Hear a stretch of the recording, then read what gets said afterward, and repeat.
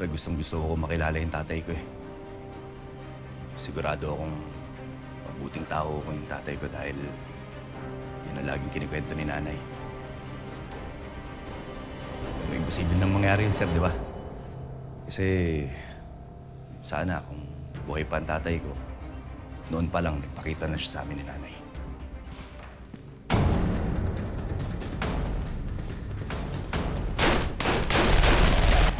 Matagal ako nawala. Ibig mo sabihin, nakakalimutan mo na ako.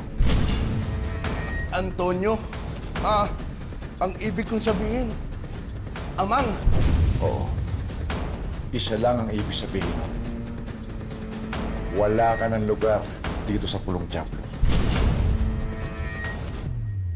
Dahil ako na uli ang hari dito. Ipamalita mo sa lahat ng mga tao dito, nagbalik na ang hari ng Pulong Diablo. Yung relo ko, naiwan ko sa klinik ni Doc. Babalikan ko ha, dito ka lang. Alam mo, hindi pwede mawala yun. Bigay ni Shasha yun. Galing pang laso na yan sa kliyente namin sa South Africa. Oras na ininom ng isang tao yan, siguradong atakihin ang puso niya. Kung mamamatay si Mayor Alfonso, paano na ang operasyon natin sa Maynila? Kapag patay na si Alfonso, sisiguraduhin ko, makukuha ko ang simpatsya ng mga tao. Akong tatakbong mayor ng Maynila. Walang kamalay-malay si Edgardo. Nagpalaki siya ng isang kaway. Oras na para itayo ko muli ang sindikatong pinapagsak niya. Papatayin ko si Edgardo at kukunin ko sa kanya ang anak ko. Wala na akong tiwala kay Calvin. Hindi lang siya pabaya sa tungkulin niya. Hindi rin siya marunong rumispeto.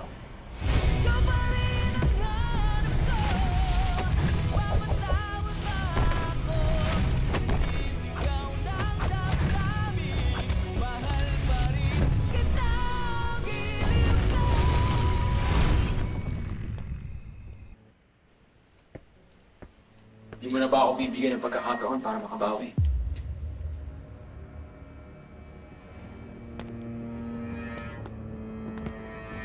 Lahat ng pagkakataon, ibinigay ko na sa'yo.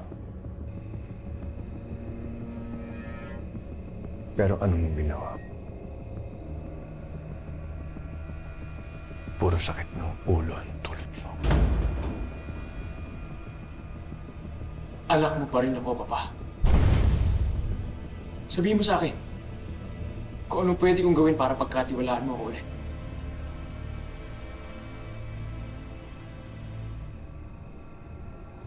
Wala.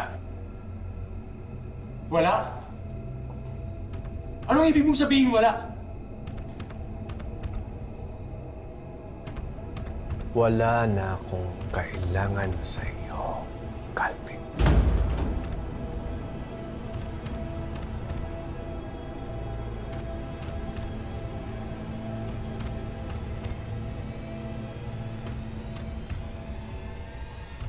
At para hindi ka na umasa,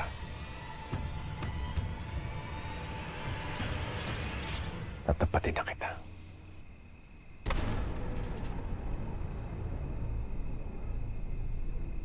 Hindi ikaw ang gagawin ko ang tagapagmana ng pamumuno ng Golden School.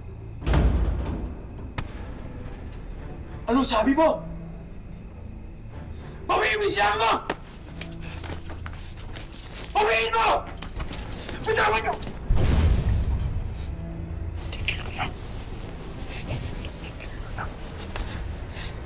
Sino ba yung tinutukoy mo na isa mo panganak? Ha? Walang pwedeng maging tagapagmana ang Golden Scorpion, kundi ako! Ako lang!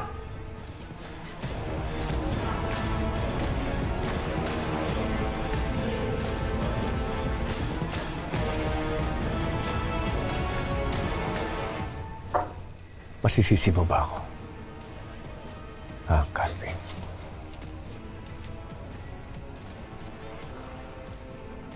Puro na lang sakit ng ulo ang dala mo sa sindikato. Wala ka pang ginagawa ni isang tama.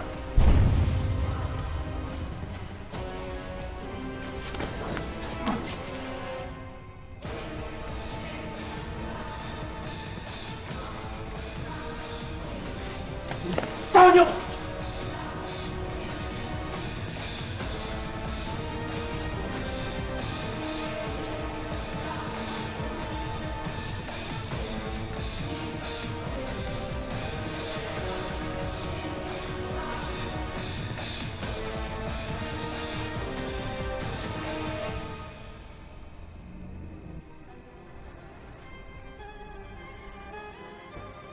Yan po ang lahat ng nakalap naming impormasyon tungkol kay Calvin.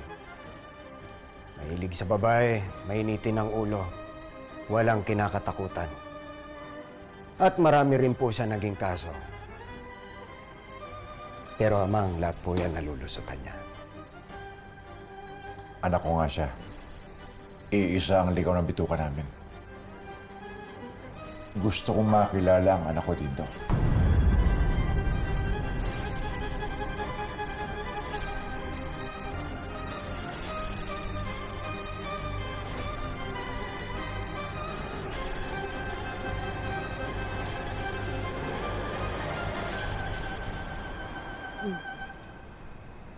Bane.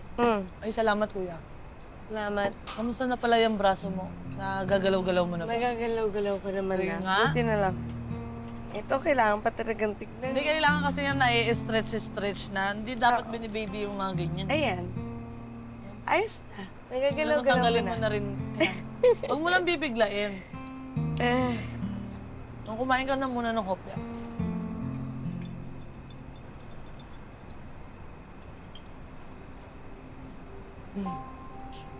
Uy, Bane, hopya lang kinakain mo, ha? At parang may shine dyan sa mukha mo. May naalala ka, no? Hindi, ito kasing hopya. Parang nararamdaman ko nito mga nakaraang araw. Nakapasok mo ba yan? ano naman naaalala mo? Siguro, Alam mo yung hopya na parang pakiramdam na may gusto ka. Tapos, hindi mo sigurado kung may gusto rin sa'yo. parang alam ko na yan eh. Eto, in short, parang may bet ka, nung muhopya kang bet ka din. Ano? Yun, no? Sino? Sino ba yung maswerte? Ay, parang kilala ko na. Wala. Parang, alam mo, kahit di mo nasabihin, kilala ko yan. Sino ba naman tangang babae na hindi may in love kay Elias? Diba? Sabi ko sa iyo. Si Elias kasi napakagwapo, madiskarte sa buhay, mapagmahal pa sa nanay, mapagmahal sa mga tropa. Tapos, kahit napakagwapo niya, pag nabastos ka, kaya makipagbasagan ng mukha niyon. Ganda nito.